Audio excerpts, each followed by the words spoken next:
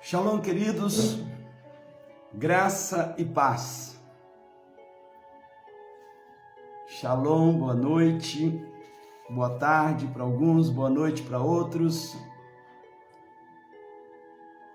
E o meu graça e paz com 12 horas de atraso. Hoje pela manhã nós não podemos estar juntos e hoje nós estamos finalizando esta série Carta às 7 Igrejas e nós vamos falar hoje sobre um modelo a não ser seguido, a Igreja de Laodiceia. Amém. Glória a Deus.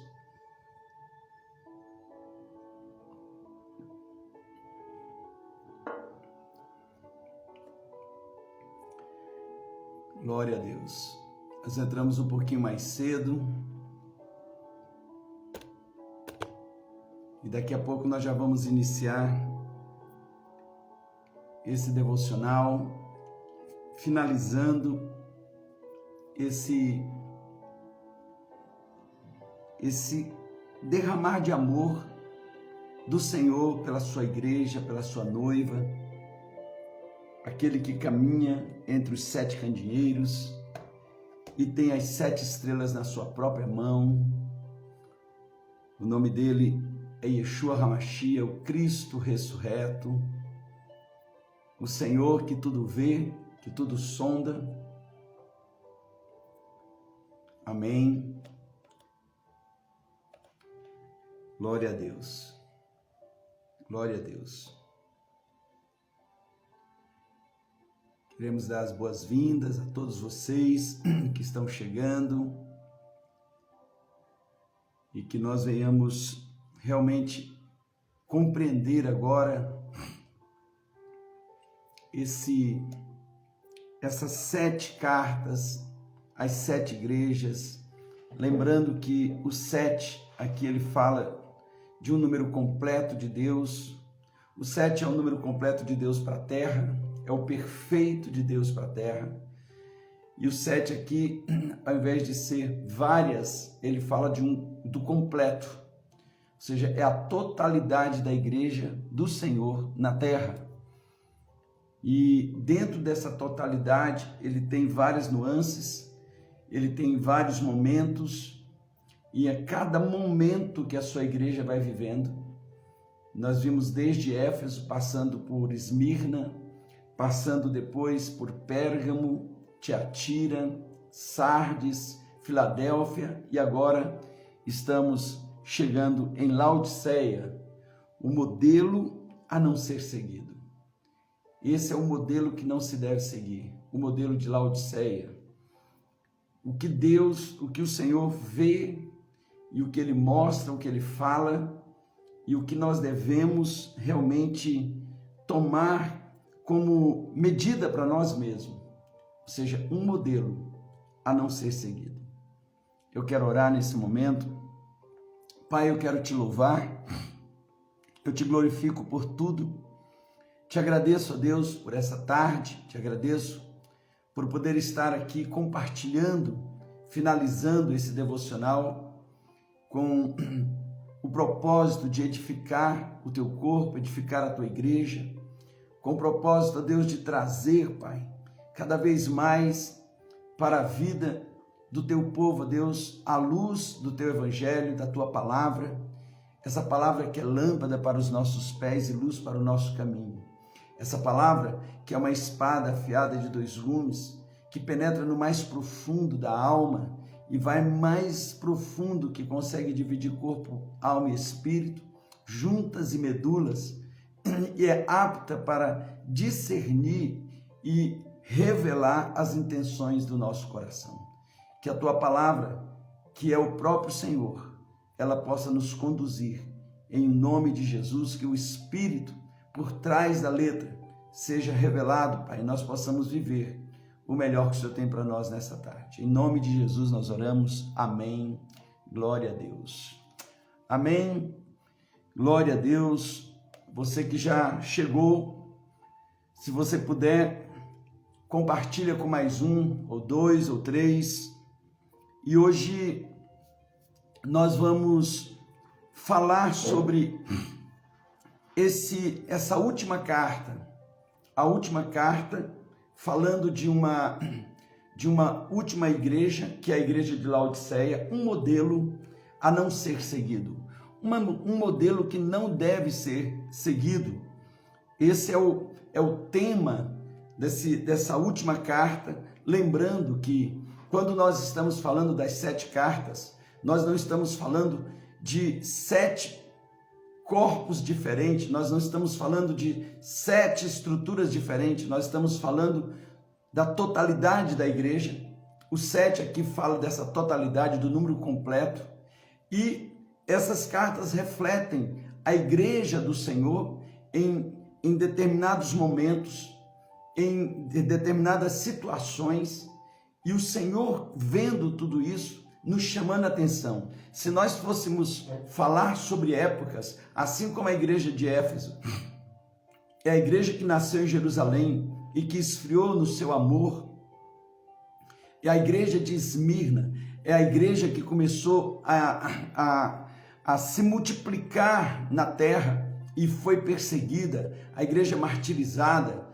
E de repente nós vemos Pérgamo, a igreja que se casou com o governo, se casou com o mundanismo, que trouxe uma aliança com o mundo, ou seja, se conformou com este século. Ela foi fazendo alianças ali quando Constantino ele se converteu e ele começou a introduzir dentro da igreja conceitos pagãos. Então, o casamento com o paganismo, que veio nessa suposta conversão de Constantino, caracteriza a igreja de Pérgamo nesse determinado momento, nesse instante. E desse casamento, desse julgo desigual, nasce um momento da igreja muito triste, que é a igreja de Tiatira. E a igreja de Tiatira é essa igreja que começa a apostatar. Ela apostata da fé. Ela começa a entrar num mergulho de morte até morrer. Então, a igreja em Tiatira é o momento que a igreja começa a entrar nos 1000 anos de trevas. Então, nasce uma igreja, a igreja de Éfeso, em Jerusalém, lembrando que não são 7 igrejas diferentes, é o total da igreja do Senhor em várias épocas, é a completude, ou seja, o 7 fala do completo de Deus, o 7 fala do total de Deus, da perfeição de Deus. Então, é a igreja completa do Senhor em determinados momentos, em vários momentos na história, e que o próprio Senhor Jesus vai trazendo a realidade, mostrando o que ele vê. Por quê? Porque ele é aquele que se move no meio dos candeeiros, dos 7 candeeiros, e que tem nas suas mãos as 7 estrelas. Então é ele que tudo vê. Então ele diz: eu tenho olhos, aquele que tem olhos de fogo, que vê, os seus olhos são como chama de fogo, que guerreia contra uma destas igrejas em um determinado momento com a espada da sua boca, a espada que é a palavra, que penetra no mais profundo e vê as intenções do coração. Então, só recapitulando, Éfeso é a igreja que nasce em Jerusalém e que perde a sua alegria do primeiro amor, ela vai perdendo. Aí nós temos a igreja de Esmirna, que é a igreja da expansão, a igreja missionária que começa a entrar nos 4 cantos da terra, mas uma igreja extremamente perseguida. Então, uma igreja martirizada, é aquela igreja chamada também de mirra, que à medida que ela vai sendo martirizada, ela impregna o perfume de Cristo nas mãos de quem a esmaga. E cada vez que ela vai sendo esmagada, mais ela cresce, mais ela multiplica, até chegar na igreja de Pérgamo, que significa casamento, que é o momento em que ela se conforma com o mundo, que ela toma a forma do mundo. Quando Constantino ele se converte e ele traz para dentro da realidade da igreja o paganismo, e ele corta a igreja das raízes judaicas cristãs, tira ela da sua raiz de Jerusalém e planta ela nas raízes helênicas romanas, e o paganismo logo vem, e dentro dos seus concílios ele vai tentando melhorar o que Cristo está formando. E aí começa todo o atrapalho. Logo em seguida, você tem a igreja de Tiatira, que é a igreja apóstata, que é essa igreja que realmente se perde completamente, aonde nós temos ali a figura de Jezabel, aquela que ensina, e que o Senhor diz para os crentes de Tiatira: eu conheço as obras de vocês, e sei que vocês estão trabalhando muito mais agora do que antes, mas vocês toleram essa mulher chamada Jezabel, trazendo para vocês um espírito de sedução. O espírito de sedução, e esse espírito de sedução leva a igreja à imoralidade e à idolatria. Então essa tolerância, o Senhor diz: eu tenho contra ti. E também que aceitas a doutrina de Balaão. E quais são as doutrinas de Balaão? Balaão tentou amaldiçoar Israel, não conseguindo amaldiçoar porque Deus não deixou. Ele introduz a prostituição e o jugo desigual dentro do arraial de Israel, trazendo o grande pecado de Baal-Peor. E ele está dizendo: vocês estão tolerando o jugo desigual, a imoralidade, vocês estão tolerando coisas que eu não tolero. Arrepende-te. E aí logo depois nós temos a igreja de Sardes, que é a igreja caracterizada pela reforma. É a igreja que está saindo de Roma, mas que não tira Roma de dentro. Então, qual é a característica da igreja de Sardes? É uma igreja morta-viva, ou uma igreja que tem fama de estar viva, mas está morta. Ou seja, ela não traz ainda a vida, ela está saindo de uma realidade, mas ainda não traz vida. Até chegar à igreja de Filadélfia. A igreja de Filadélfia é o modelo, é o momento em que essa igreja, ela entra num processo realmente de santificação, de avivamento, e aí nós percebemos claramente o movimento da santidade. Ele entrou de uma forma muito intensa na vida da igreja no final dos anos 1800, e logo depois culminou com um dos grandes avivamentos que nós vemos na Rua Azusa. E essa igreja, ela não tinha muita força, mas ela não negou o nome do Senhor. Era uma igreja que ela era fraca em si, mas forte no Senhor. E o Senhor diz: eu lhe dou autoridade. Então veja, Filadélfia é a igreja agora que entra nos 4 cantos da terra. Essa igreja vai avançando de forma poderosa. Por quê? Porque ela tem autoridade e não força. Ela não tem força, ela tem autoridade. Dar-lhe-ei as chaves de Davi, que abre e ninguém fecha, e fecha e ninguém abre. Então o Senhor está falando exatamente isso para nós. O que muda a nossa vida não é a força que nós temos, não é o quanto nós adquirimos de riquezas ou de poder, mas é a autoridade. E essa autoridade, ela vem exatamente de uma dependência do Espírito Santo. Então, essa igreja de Filadélfia, o Senhor diz: embora não tendo força, tendo pouca força, não negaste o meu nome. Então, eu lhes farei com que aqueles que se dizem judeus e não são, aqueles que lhes acusam, aqueles que tentam lhes denegrir, eles virão, se prostrarão e reconhecerão que tu és minha. E eu lhe darei as chaves de Davi, que abre e ninguém fecha, e fecha e ninguém abre. Ou seja, autoridade, até nós chegarmos na igreja de Laodiceia. Então são momentos. E a igreja de Laodiceia é essa igreja que nós estamos vivendo. E é esse momento de um modelo a não ser seguido. Um modelo a não ser seguido. Por quê? Porque nós estamos vivendo num tempo de grande, infelizmente, de grande apostasia, de muita apostasia, aonde o povo de Deus adquiriu poder, riqueza, conhecimento, mas perdeu a essência, perdeu completamente a essência.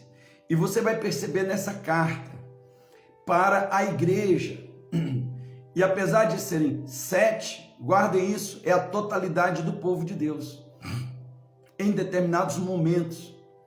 E essa igreja é a única igreja que o Senhor não traz nenhum elogio dela.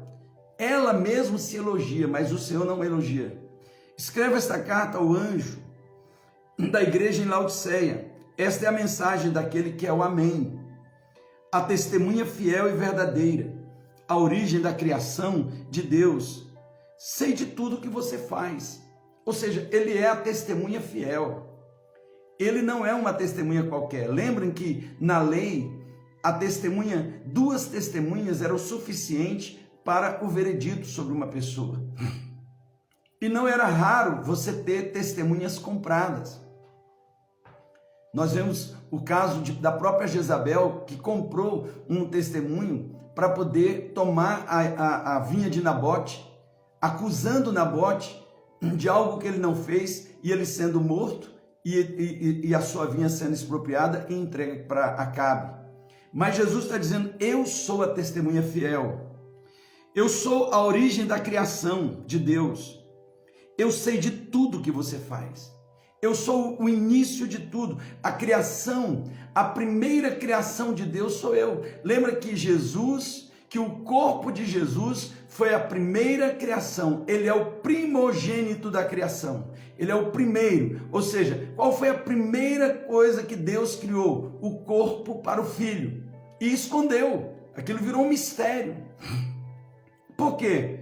Porque era dessa forma que o Senhor iria manifestar a sua glória. O Deus invisível se mostraria de forma visível. Então, quando Deus cria o homem não é o princípio da criação de Deus. O homem é a imagem do que Deus já havia criado. Olha que interessante. O corpo do homem é a imagem do que Deus já havia criado. Adão, antes de pecar, era a imagem e semelhança do que Deus já havia criado na eternidade. E por isso que quando Jesus vem, ele é a perfeita imagem, ele é a expressão da glória de Deus na terra. Olha que coisa tremenda. E ele está dizendo, sou eu, e agora ele é o Cristo ressurreto. Ele tem corpo glorificado, e um dia nós teremos o corpo glorificado como ele. Então, é essa perfeição de Deus. E ele está dizendo, eu sei tudo que você faz. Você não é frio nem quente. Desejaria que fosse um ou outro. Essa cidade sofria influência de duas regiões, uma que trazia águas termais, a outra que trazia águas frias. Uma trazendo águas curativas, outras trazendo águas para relaxar, para beber. E Jesus disse, eu gostaria que você fosse ou uma coisa ou outra, mas você não é nenhuma nem outra, você é morna, você é uma mistura que não dá nem para engolir. Ele diz, porque você não é frio nem quente, desejaria que você fosse um ou outro, mas porque é como água morna, nem quente nem fria, eu vomitarei da minha boca.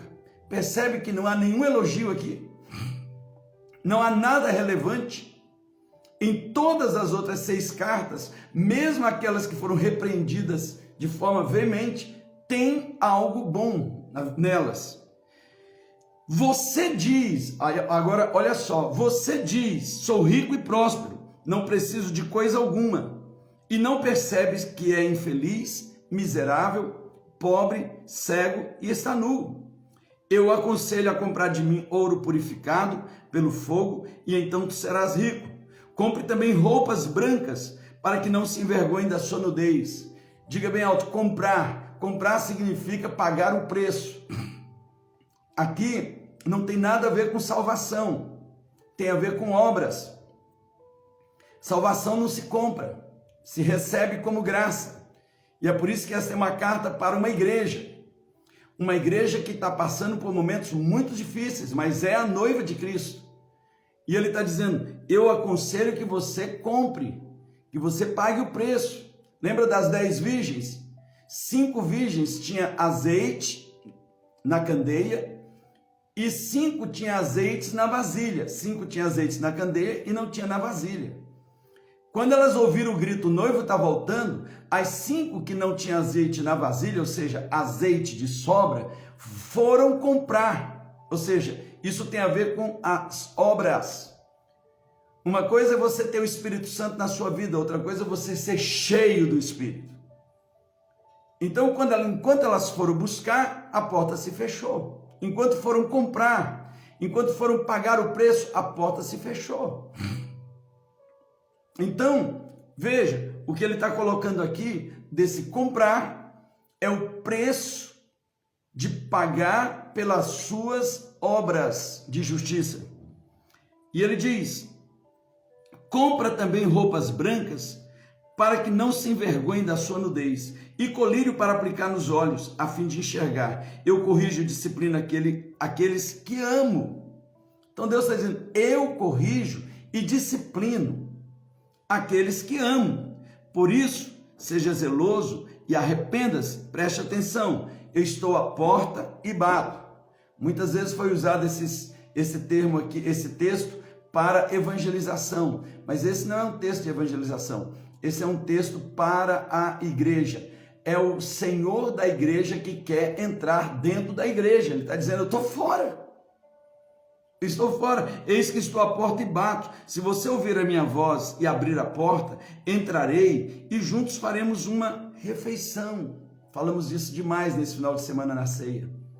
Uma refeição cerimonial, um momento de desfrutar. Como amigos, o vitorioso se sentará comigo em meu trono.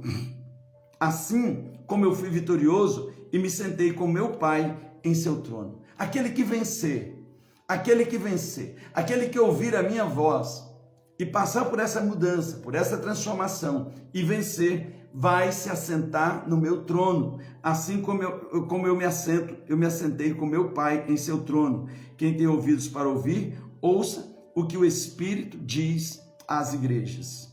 Amém? Então veja, algumas coisas o Senhor está falando aqui para esse crente, para essa pessoa de Deus, para esse salvo, que não serve como modelo. Ele está falando que muitas vezes as minhas atitudes podem estar em tal forma que não serve de modelo. Então, a primeira doença que ele diagnostica nessa igreja é a carência de imunidade. Ela não é uma igreja imune ao mundo. Então veja, ela diz, sou rico, sou próspero, não preciso de coisa alguma. Mas no entanto, o Senhor diz, você é pobre, cega e nua. Ela já não traz mais imunidade. Tudo que vem pega. Sabe aquilo que, eu vou usar uma linguagem, e me perdoe, não quero que seja chula, mas parece aquela pessoa, o chuchu, que tudo que põe nele pega sabor. Essa igreja era como uma igreja chuchu, é um crente chuchu, que ele não tem sabor em si, ele pega tudo que o ambiente traz. Ou seja, aonde ele vai, ele se parece. Ele não é sal da terra, ele não é luz do mundo, ele não traz sabor, ele acaba sendo contaminado, ele acaba sendo totalmente influenciado por tudo que está lá fora. Então, essa igreja, esse crente, esse tipo de cristão, que não é modelo, é aquele que, aonde ele chega, ele se parece. Então, ele está na faculdade, ninguém nem sabe se ele é um crente, ele está lá no meio de todo mundo. Aonde ele está, ele não é luz, ele não salga, ele não muda nada, ele se chama evangélico, mas ele não tem sal, ele não faz a diferença. Querido, se você puser um pouquinho de sal na comida, ele muda o sabor, ele não é luz. E a Bíblia diz, vós sois a luz do mundo. Aonde você liga, por mais tenra que seja uma luz, ela vai fazer diferença nas trevas. Mas esse crente não fazia diferença. Segundo, ela tem ausência de realidade, porque ela pensa de si mais do que ela é. Eu vou repetir. Quando você pensa de você mais do que você é, você está ausente de realidade. Porque ela estava dizendo, eu sou rica, eu não preciso de nada, porque eu tenho roupa, eu tenho colírio, eu posso ver, eu posso me vestir, eu posso comprar, porque eu tenho tudo. Olha só, você diz, sou rico, próspero, não preciso de coisa alguma, e não percebe que é infeliz, miserável, pobre, cego e nu. Então, aquele que é a testemunha fiel está dizendo, ei, volta para a realidade, você não está vendo sua vida? Você não está vendo a sua vida, você está fora da realidade. Você não está vendo a sua vida, você acha que você é uma coisa, mas você está aí, ó, miserável. Quantos cristãos dentro das opressões, das angústias, das depressões, vivendo debaixo de acusação, debaixo de medo, angústia. Então não tem uma realidade de si, há uma ausência de realidade, não consegue se enxergar e pensa de si mais do que é. Mas aquele que tudo vê está dizendo: ei, deixa eu lhe dizer uma coisa, você está nua, você está cega, você está pobre, miserável, e não consegue ver isso. Você não consegue ver isso. E é por isso que não há arrependimento, porque essa ausência de realidade não nos leva ao arrependimento. Essa ausência de realidade, de ver a nossa condição, não nos leva a um quebrantamento. Essa ausência de realidade leva a uma soberba. Há pessoas que estão vivendo debaixo de uma angústia tremenda, mas quando você vai trazer a realidade pela palavra, corrigir, não aceita. Estão soberbos, arrogantes, orgulhosos. Por quê? Porque além de lhes faltar imunidade, pega tudo que está ao seu redor, ou seja, o mundo lhe contamina, ou seja, o mundo entra dentro da vida da igreja, o mundo entra, é o padrão da vida, não é a palavra, é o mundo. Sabe o que é isso? É aquela história: eu não concordo. E aí começa a fazer tudo segundo os seus sentimentos, não segundo a sua fé. Começa a fazer tudo segundo aquilo que são padrões do mundo e não aquilo que é o princípio de Deus. E vai se tornando um arrogante. E aí vai perdendo a realidade de si. Totalmente fora da realidade. Já não tem uma espiritualidade. Já não flui na unção. Já não tem mais a mesma alegria. Vive debaixo de angústias, depressões, vive aprisionada pelo pecado. E a terceira doença que o Senhor mostra é que esta igreja, que já se contaminou, porque ela perdeu a imunidade, que não consegue perceber a sua realidade e vive um padrão completamente fora daquilo que é bíblico, ela já não tem utilidade nenhuma. Então ela é uma igreja inútil. É uma igreja inútil. Me desculpem o que eu vou falar. Por que apesar do Brasil ter chegado a um número tão expressivo de evangélicos, de chegar a 35% da população brasileira de confissão evangélica, o Brasil não ficou melhor. O Brasil não mudou as suas características. O Brasil não se tornou menos corrupto. O Brasil não se tornou menos violento. O Brasil não se tornou menos chegados na imoralidade.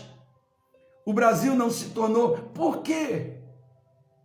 Por quê? Porque uma igreja que ela não tem mais imunidade, ou seja, é uma igreja que assimila tudo que está lá fora, perdeu a realidade, não consegue ver as coisas da própria vida, ela se torna inútil, ela é só um número. E que tristeza, queridos, quando nós somos apenas um número. Que tristeza quando nós já não iluminamos. Que tristeza quando nós já não mais salgamos. Que tristeza quando nós não mais fazemos a diferença. Que tristeza. Perdeu a utilidade. Então o Senhor está dizendo: você é morna. Até eu estou para te vomitar. Então, queridos, a gente precisa entender que essas coisas que causam náuseas no próprio Senhor torna a vida nossa inútil nesse mundo que nós estamos. Não faz diferença. Não faz diferença. Então, a gente precisa parar e se perguntar: será que essas patologias que foram diagnosticadas nos Laodicenses, elas já não chegaram em nós?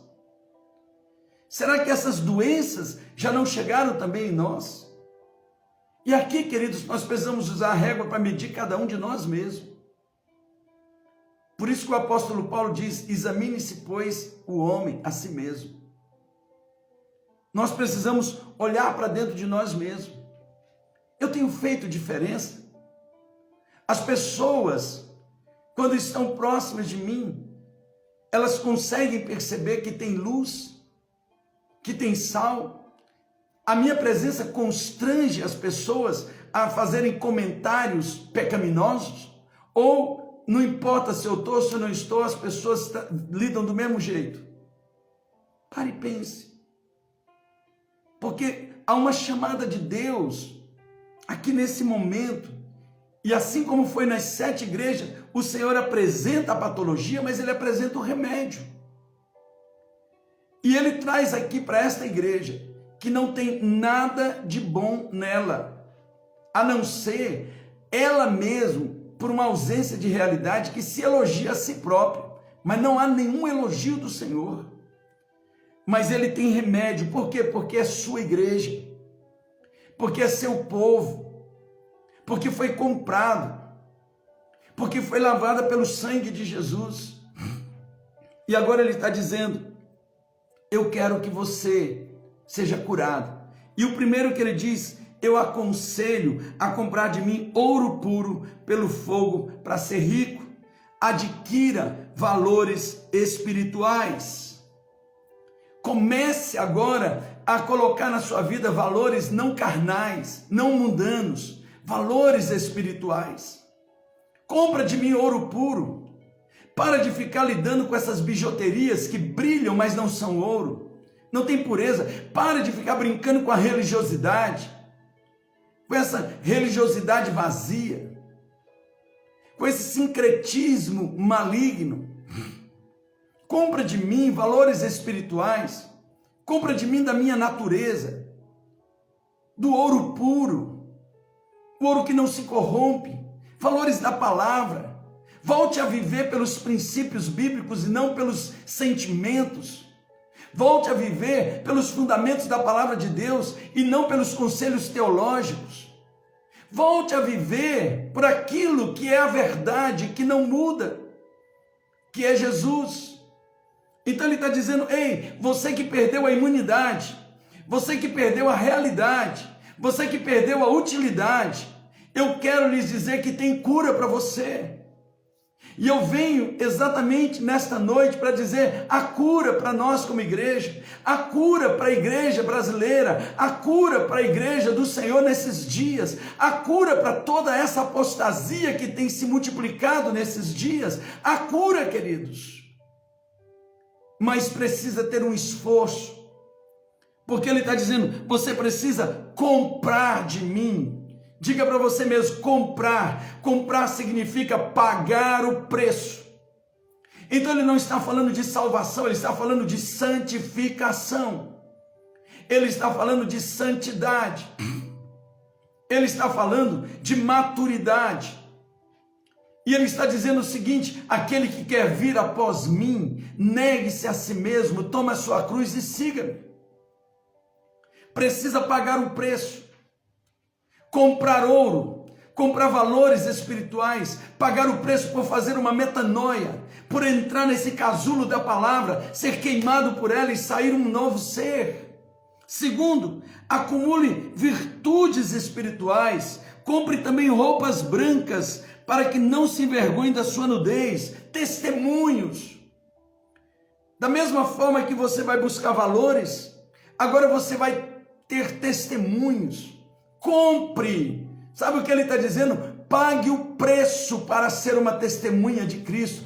Pague o preço para que quando alguém olhe para você, se inspire a buscar o Deus, a buscar Jesus. Quando alguém vem até você, encontre fruto, o fruto do Espírito na sua vida. Pague o preço para deixar a vida que já está no seu espírito fluir para a sua alma, fluir para o seu corpo, fluir para a sua carne. Pague o preço. E a terceira prescrição, o terceiro remédio, deseje visões espirituais. Compra também colírio para aplicar nos olhos a fim de enxergar. Sabe, queridos, nós precisamos enxergar o mundo com os olhos da fé. Eu vou repetir, comece a enxergar o mundo com os olhos da fé. E não com as lentes mundanas, com esses colírios mundanos que não passam para nada, que lhe deixam cegos, que não lhe permitem ver além. Aqueles que veem com os olhos do mundo só vê limitado. O Senhor está dizendo, venha ver ilimitado. Venha ter uma visão além. Sabe por quê? Tem muita gente na igreja travada, tem muita gente na igreja vivendo uma vida ali travada, uma vida cheia de problemas, cheia de conflitos, cheia de angústia, porque não consegue enxergar além. Sabe qual é a diferença de Abraão e Ló? Abraão enxergava com os olhos da fé, Ló enxergava com os olhos da carne. Quando ele olhou as colinas de Sodoma, ele disse, é para lá que eu vou.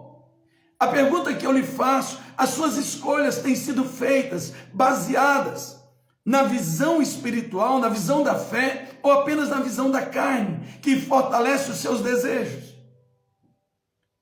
Então olha o remédio para esse povo que já não tem imunidade, e que se deixa levar por qualquer pecado, por qualquer influência do mundo, por esse povo que já não tem realidade, que não consegue ver sua própria sujeira, cegueira e pobreza, para esse povo que ficou inútil, porque já não muda nada ao seu redor. O Senhor disse, eu tenho um remédio, compra de mim ouro, compra de mim princípios, compra de mim coisas preciosas, e também compre virtudes de mim.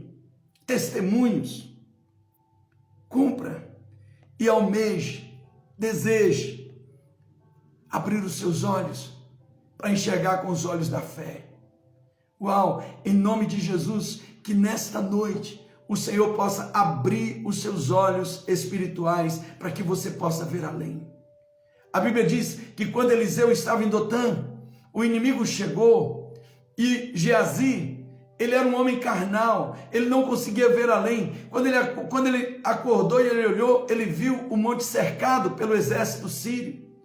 E ele veio desesperado, dizendo, meu Senhor. E Eliseu disse, Deus, abre os olhos do meu servo, para que ele possa ver com os olhos da fé, para que ele possa ver com os olhos espirituais. E a minha oração nesta noite, nesse final de tarde, abre os olhos dos meus irmãos, para que possam ver além desses problemas, além dessas limitações, além de tudo, tenham uma visão espiritual e passem a ser relevantes nesses dias. Precisamos nos tornar relevantes. Sabe, queridos, como que nós vamos adquirir valores espirituais? Como nós podemos almejar visões espirituais? Como nós podemos tomar esse remédio que vai curar a nossa imunidade, que vai curar a nossa falta de realidade, que vai curar a nossa inutilidade? Como que eu posso tomar esses remédios que vão me trazer os valores espirituais, as virtudes espirituais e as visões espirituais? Primeiro, arrependendo-se diante de Deus. Eu corrijo e disciplino aqueles que amo, por isso, seja zeloso e arrependa-se. Passa por uma metanoia, arrependa-se, sabe?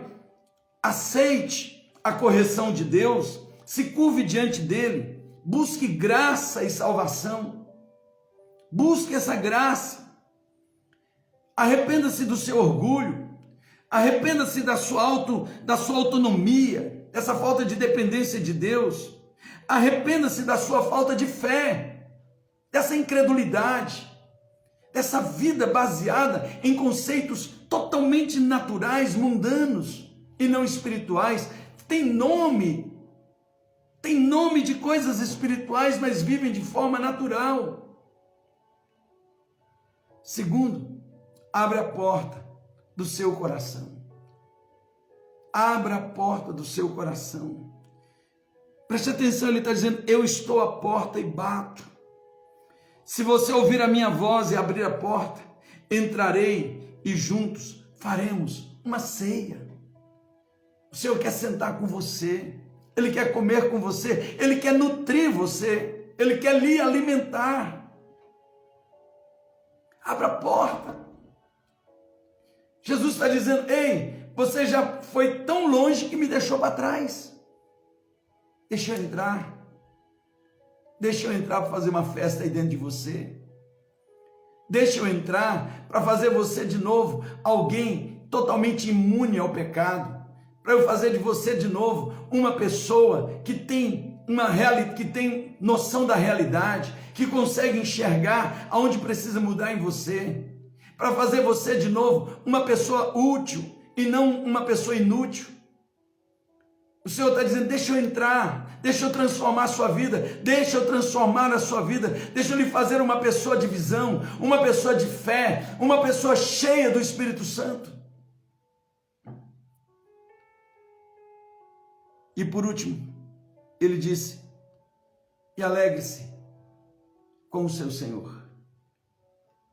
O vitorioso se sentará comigo em meu trono, assim como eu fui vitorioso e me sentei com meu Pai em seu trono.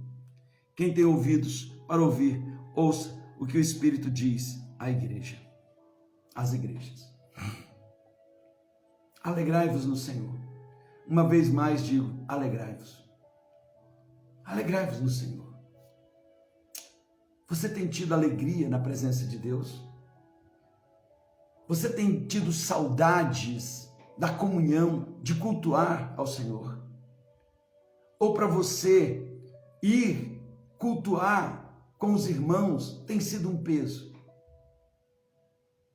Você tem experimentado aquilo que Davi diz: alegrei-me sobremaneira quando me disseram: vamos à casa do Senhor, vamos ao santuário do Senhor. Alegrei-me.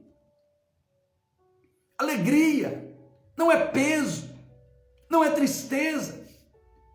Sabe, queridos, tem irmãos que vão ao culto, que vão na reunião de celebração, se sentam carrancudos, só não conseguem sentar lá fora porque não tem espaço, mas vão sentando lá no fundo, não querem nada, não se alegram, não adoram, não louvam, não fazem nada.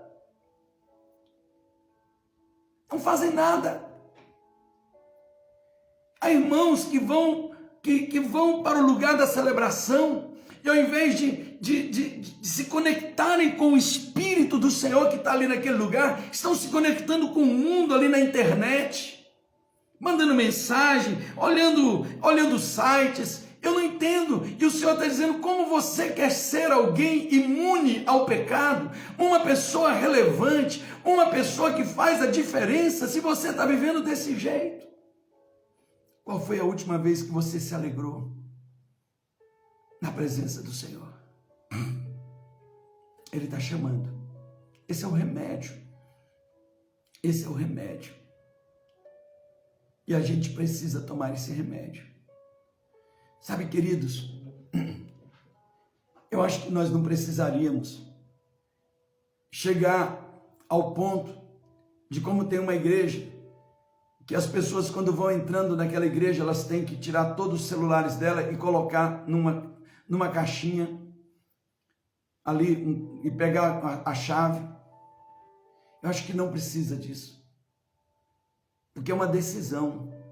Compra de mim. O Senhor está falando: compra de mim. Compra ouro, compra vestes, compra colírio, paga preço. Ei, Laodiceia, paga o preço por aquilo que é relevante, por aquilo que muda a história. Paga, compra. Está falando de obras, está falando de renúncia. E sabe por quê? Deixa eu só lhe dar uma razão. Porque o maior preço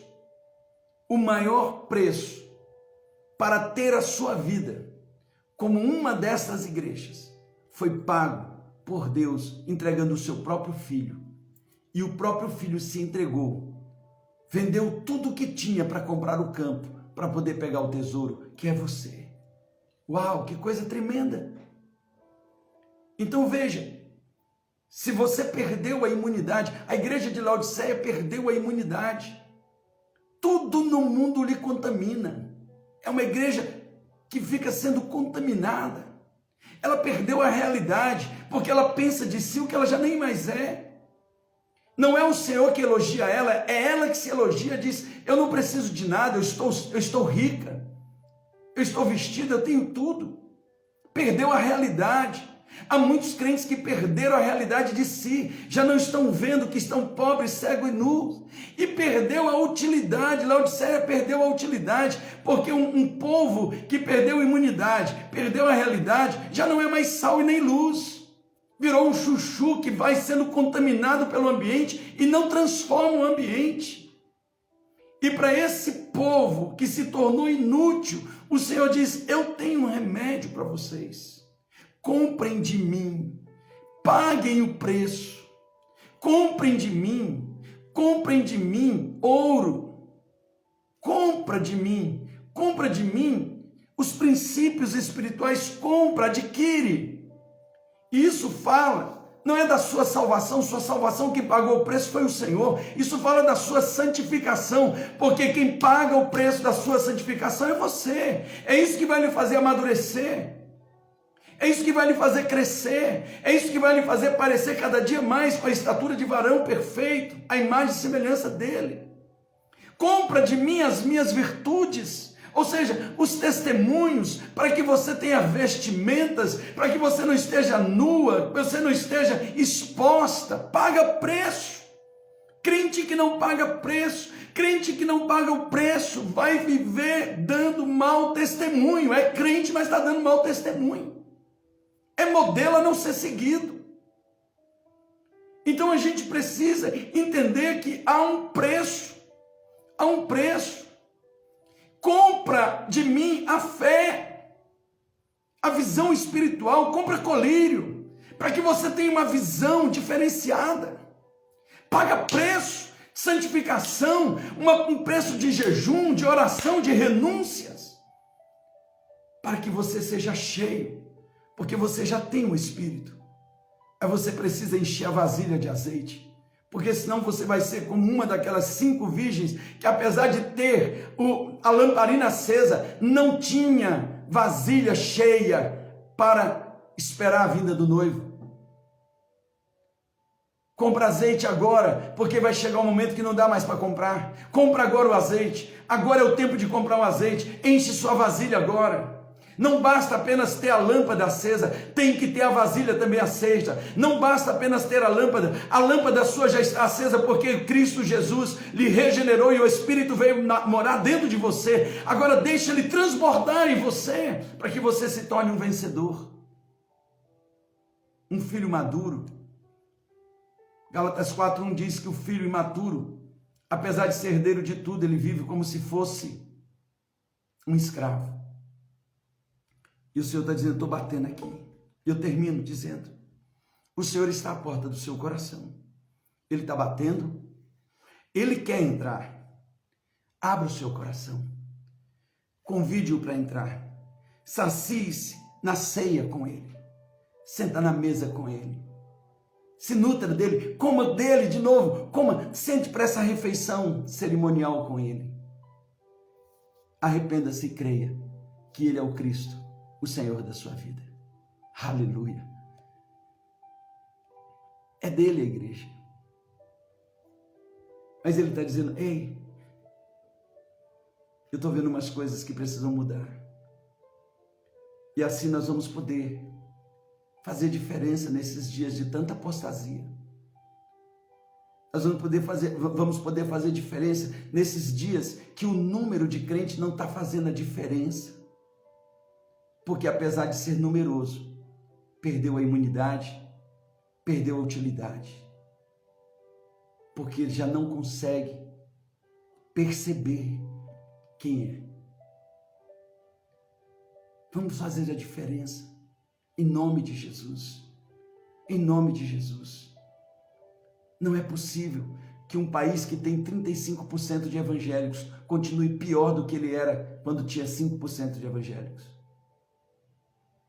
Por que esse número tão grande, tão crescente, não salvou essa nação? Por que nós temos políticos evangélicos que quando vão lá para o Senado ficam corruptos porque perderam a imunidade? porque perderam a imunidade. Aonde chegam, são assimilados. Perderam o testemunho, porque já não tem mais nem noção de quem são. Perderam a realidade. Perderam a realidade. Por que muitos crentes hoje já não acreditam num crente na política? Quando nós poderíamos fazer a diferença na política, fazer a diferença no comércio, fazer a diferença nas escolas, fazer a diferença na faculdade, fazer a diferença em todos os lugares. Por quê? E o Senhor está dizendo aqui para nós hoje, sabe por quê? Porque vocês perderam a imunidade, perderam a realidade e perderam a utilidade. Venham, se arrependam, porque ainda tem jeito. Ainda tem jeito. Compra de mim colírio para vocês verem. Compra ouro puro de mim. Compra as vestes.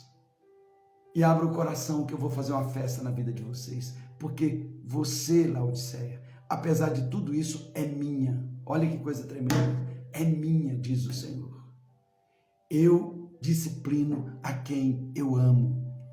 Só está debaixo de disciplina quem é filho. Hebreus 12 diz isso. Quem não está sob disciplina é bastardo. E apesar disso tudo, o Senhor está dizendo, é minha, eu paguei o preço, eu comprei vocês, venham para mim. Deus os abençoe. Nós terminamos essa série aqui hoje, dessas 7 igrejas. A intenção não é fazer um estudo, mas um devocional, pensando algumas coisas que se relacionam diretamente ao nosso dia a dia. E eu espero que tenha sido bênção para vocês. Me desculpem eu não poder ter falado com vocês hoje pela manhã como me propus. É que, na verdade, meu despertador não tocou. E quando eu acordei era 5, 10 para as 7, ia ficar muito em cima para eu me arrumar e vir aqui. Mas eu estou aqui completando, porque estou cumprindo aquilo que Deus me chamou para fazer. Deus abençoe vocês. Deus lhes guarde em tudo. E eu espero que vocês possam ter sido enriquecidos em todo esse processo, em todo esse tempo dessas 7 igrejas, que é a completude da Igreja de Cristo. Em vários tempos, desde quando ela nasceu, lá em Jerusalém, até esses dias, onde se aproximam o arrebatamento da Igreja vencedora. Que o Senhor te abençoe. Sabe, queridos, nós estamos vivendo os princípios das dores. Há 2 dores que a Bíblia diz que estão sendo geradas para fazer nascer o filho vencedor. A natureza está gemendo pela manifestação dos filhos maduros. E a igreja, a mulher, está gemendo para que nasça o filho varão. Tanto a igreja está chorando, como a natureza está gritando para que venha nascer. E eu quero profetizar, vai nascer esse filho varão. E você vai fazer parte dessa geração que vai fazer diferença nesses dias, antes que o Senhor arrebate o seu povo. Beijo no coração de vocês. Deus os abençoe. Pai, obrigado. Obrigado por tudo. Obrigado pelo teu cuidado. Obrigado pelo teu amor. Obrigado porque o Senhor nos mede, mas o Senhor nos dá o remédio. Obrigado, Senhor, porque eu sei que em tudo tu estás nos levando a um lugar diferente. Em teu nome nós oramos. Eu abençoo a vida dos meus irmãos. Em nome de Jesus. Amém. Glória a Deus. Amém.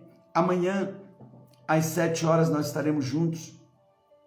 E logo em seguida, de amanhã, nós vamos dar uma pausa, porque amanhã à noite eu vou estar saindo para umas férias com meu filho. E durante esse período pode ser que eu entre em algumas lives, mas não quero me comprometer, porque eu quero que esses dias seja para ele, para que eu e ele possamos desfrutar juntos desse tempo de descanso, esse tempo de alegria. Orem por nós, orem pela nossa viagem, em nome de Jesus. Deus abençoe vocês e me comprometo que se o Senhor nos conceder vida e vida abundante, se o Senhor nos der graça e nos permitir, voltando de férias, nós retomaremos o nosso devocional diário todos os dias, às 5 para 7 da manhã. Em nome de Jesus. Beijo no coração de vocês.